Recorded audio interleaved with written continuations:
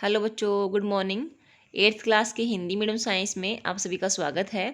इसमें हम चैप्टर 16 कर रहे हैं जिसका नाम है प्रकाश। कल हमने देखा था प्रकाश सीधी रेखा में चलता है, वस्तुओं को दृश्य बनाता है। ठीक है, आज हम पढ़ने जा रहे हैं परावर्तन के नियम।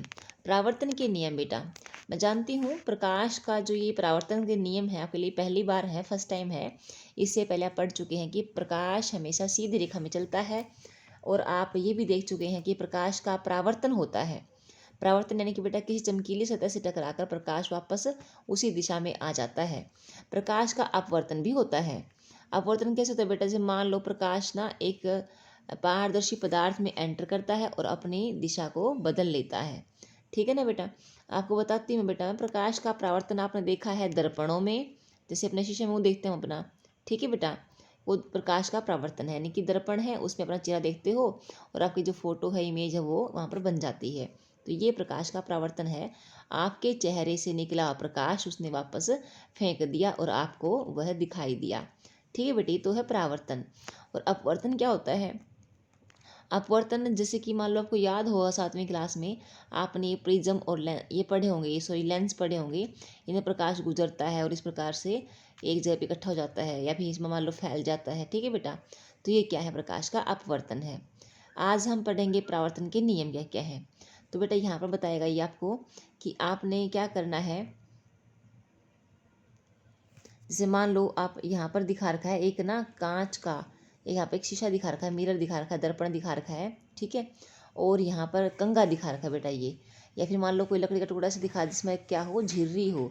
झिर्री यानी कि एक इस प्रकार की लाइन खाली हो और उस प्रकार आपने पीछे से टॉर्च देनी, पीछे दिख रहा है टॉर्च, यहाँ से टॉर्च देनी है और उसमें से एक प्रकाश किरण निकलेगी और वो प्रकाश किरण टकरा करके यूँ आ जाएगी। ठीक है बेटा, तो ये आपको दिखाई दे रही साफ।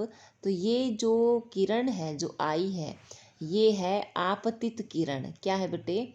आपतित किरण। और जो ये निकल के गई है इस कोने से टकरा के, ये है परावर्तित किरण। क्या है बेटे? ये परावर्तित किरण। और जिस बिंदु पर ये गिरी थी आकर के, वो बिंदु है, वो बिंदु है बेटा आपतन बिंदु। क्या है बेटे? वो आपतन बिंदु। ठीक है, समझ में आ गया? आगे देखो क्या है।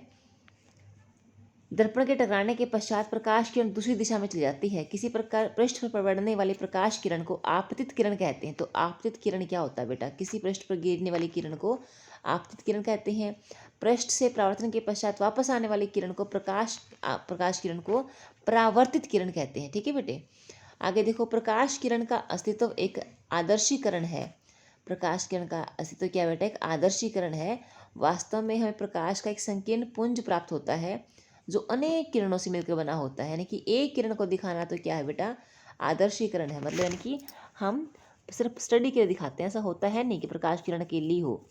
सरलता के लिए हम प्रकाश के संकीर्ण किरण पुंज के लिए किरण शब्द का उपयोग करते हैं। अपने मित्रों की सहायता से कागज पर समतल दर्पण की स्थिति और आपतित किरण और परावर्तित किरण को दर्शाने के लिए रेखाएं खींचिए। दर्पण तथा कंघे को हटाइए। दर्पण को निरूपित करने वाली रेखा के लिए जिस बिंदु पर आपतित किरण टकराती है उस पर दर्पण से 90 डिग्री का कोण बनाते हुए एक रेखा खींचिए। ठीक है बेटा, एक रेखा खींचनी है आपने और यह रेखा अभिलंब कहलाएगी। ठीक है, परावर्तक पृष्ठ के उस बिंदु पर अभिलंब कहलाती है। ठीक है ना बेटा, इस बिंदु पर क्या कहलाएगी? ये अभिलंब कहलाएगी। ठीक है, अभिलंब यानी कि परपेंडिकुलर बेटा। ठीक है ना, ये परपेंडिकुलर बोलते हैं इसको, या इसको बेटा नॉर्मल भी बोलते हैं। क्या बोलते हैं इसको? नॉर्मल बोलते हैं। ठीक है, वे कोण, सॉरी देखो क्या है बेटा, आपतित किरण और अभिलंब। क्या कह रहे बेटा? अभिलंब के साथ आपतित किरण जो कोण बनाएगी वो कहलाएगा आपतन कोण। क्या कहलाएगा बेटा? आपतन कोण।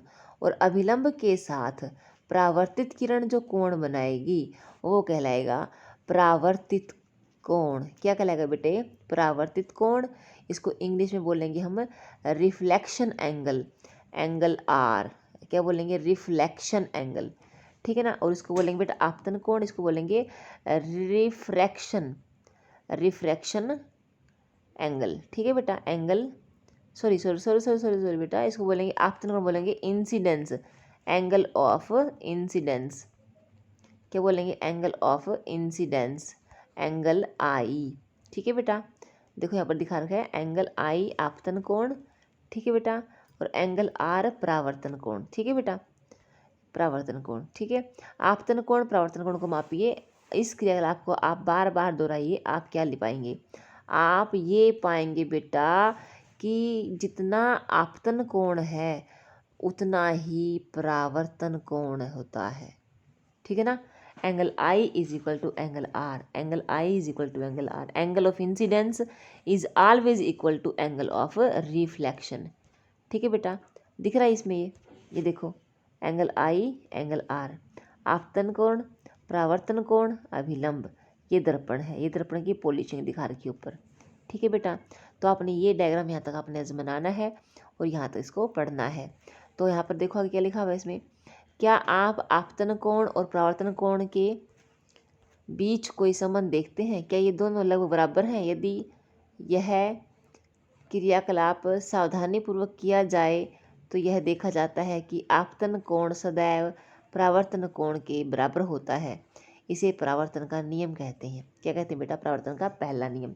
दूसरा नियम हम कल पढ़ेंगे। आज के लेक्चर में इतना ही।